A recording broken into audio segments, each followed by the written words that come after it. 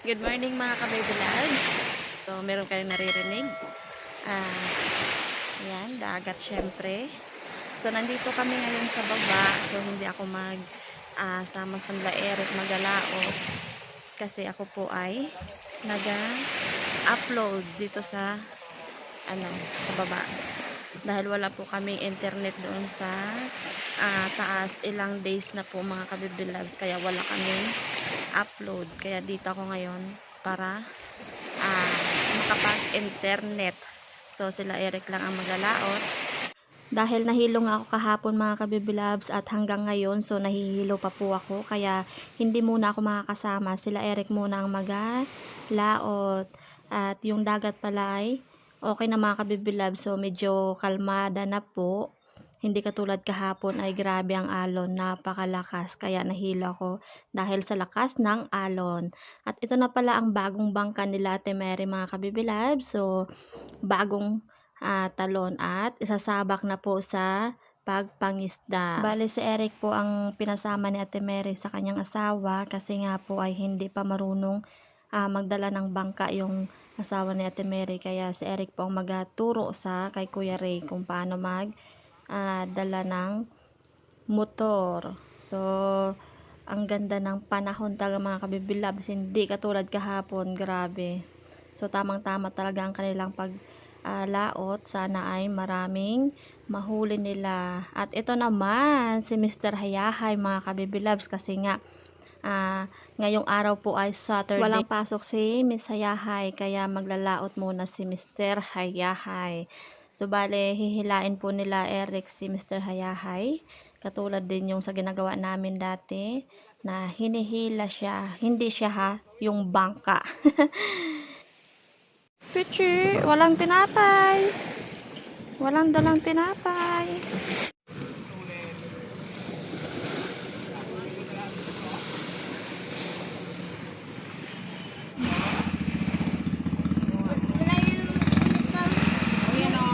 Yun na sila mga ka-baby loves.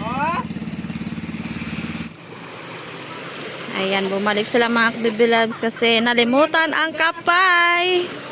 Bumalik.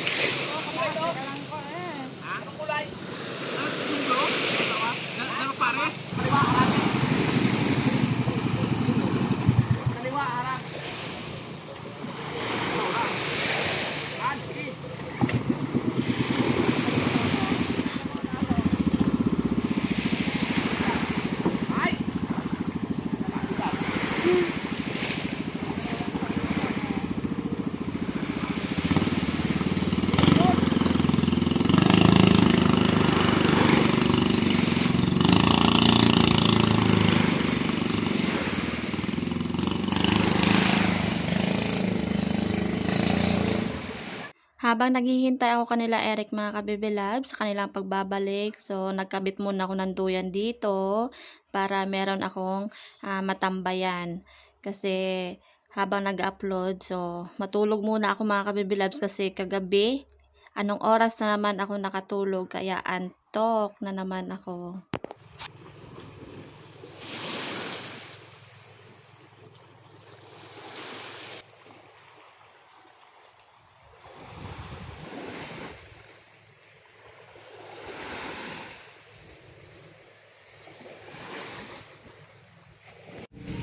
So mga ka-baby loves, yung aking in-upload ay hindi pa tapos pero sila ay pauwi na. So malapit na sila. Tingnan natin kung maraming huli nila mga ka-baby loves.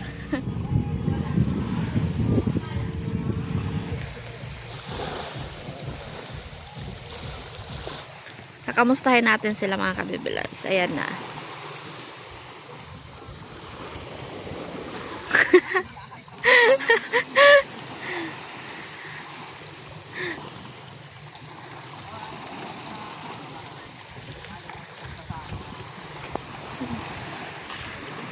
Hi!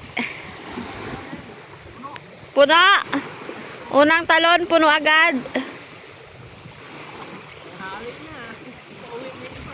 Alas 8 na, higit. Alas 9. Tingnan natin mga ka-baby loves ang kanilang dawi, huli. Wow! Paborito mo. Oh! Daming huli nila mga kababy loves. Ito ang huli daw ni Eric. Oh, meron pang pulahan. Sa'yo kuya? Yan. Meron din. Kunti lang. Ay, meron din. Okay na. Sobrang sa pangulam. Dami din saya. Swerte ang bagong talon na bangka nila Kuya Ray.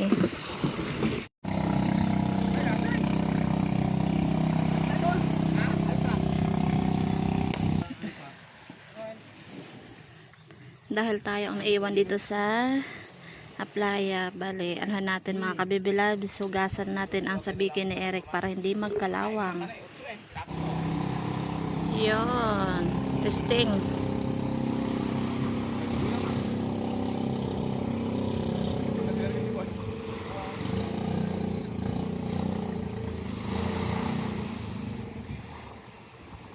Siyempre, itaas ulit ang bangka kasi pag binaba doon sa dagat mga kabibilab ay nagkakaroon ng lumot yung bangka. Kaya itaas na lang at ito talaga yung pangalawang purpose kung bakit pinutol din po yung niyog para meron pong maparkingan ang mga bangka dito sa amin. Dahil dumadami na po ang bangka dito sa amin mga kabibilabs, kulang ang parkingan kaya pinutol ang niyog. Ayan. Tingnan mo natin ang dawi ni Bayaw. Sister Hayahay. Isang chokes to go. Mga ka-baby labs, so uwi na po kami. At yung aking upload po ay hindi natapos. Mahina ang internet. Bumalik yung, ano sana, 50 na sana. Bumalik. So, let's go na at magaluto tayo dahil hindi pa kami nakapag umagahan. Mga ka-baby loves, kuha tayo ng tanglad. So, lagain ko to.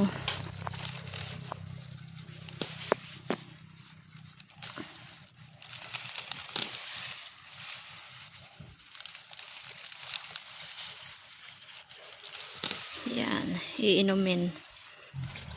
At kuha pa ako ng sambong. Ihalo ko.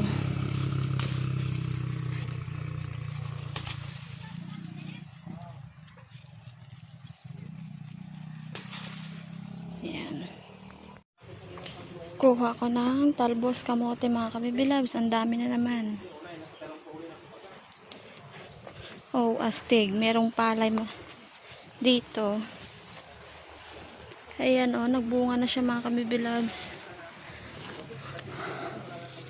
Astig. Yan. Ngayon ko lang yan nakita ah.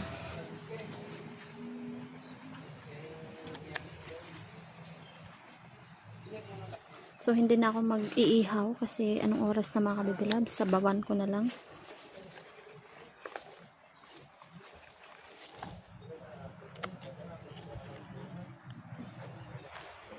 Kuha na rin tayo ng kalamansi.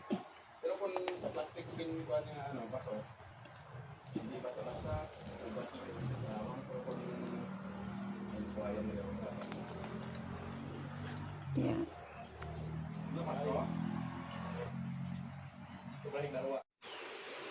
Ito na lahat ang huli ni Eric mga ka-baby loves.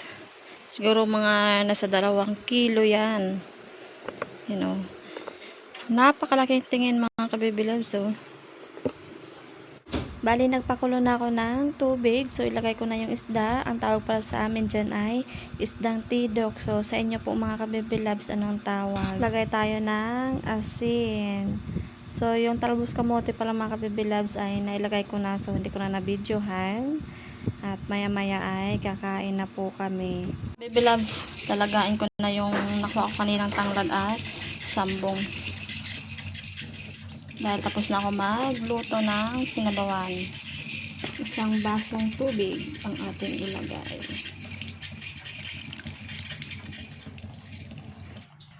Mga ka-baby loves, lagyan natin ng kalamansi. Masili na yan. Yeah. Mga kabiblog, so kakain na kami. At ito na yung ating mesa na binili. So pray na tayo. Panginoon sa lahat-lahat, sa pag-ingat, sa pagkain ito. Amen. Kain po tayo mga kabiblog. Yung pinaghirapan nila Eric. Pinaghirapan.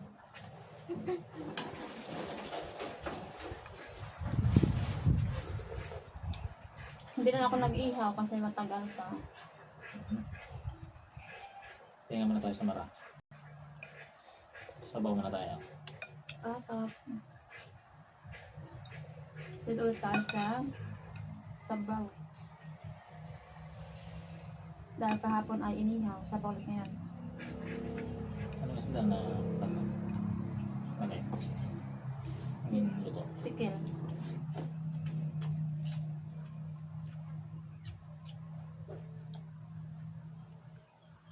Kain po.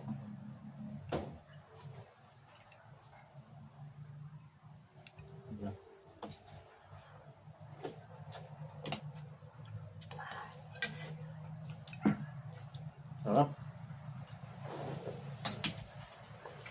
Magahan. Late na sa magahan. Late breakfast ko dahil to. Tanghalian na po namin. Sa isang araw po ay isang beses lang kami kakain.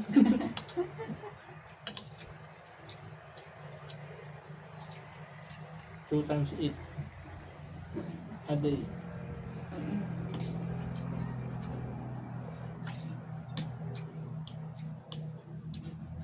Sarap, fresh na fresh.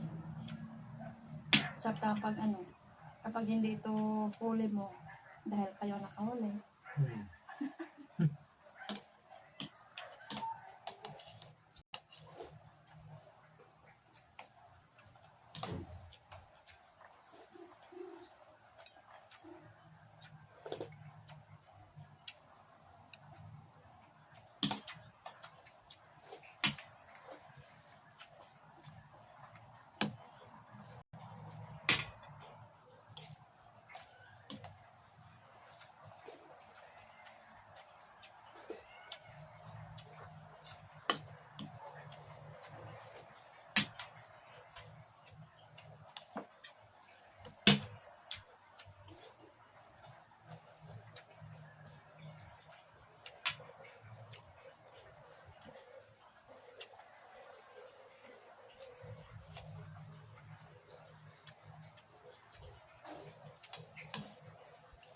Babay na mga kabibilog. Bye. Kain lang tayo. Kaya lang tayo, silip tayo sa next video natin. Bye!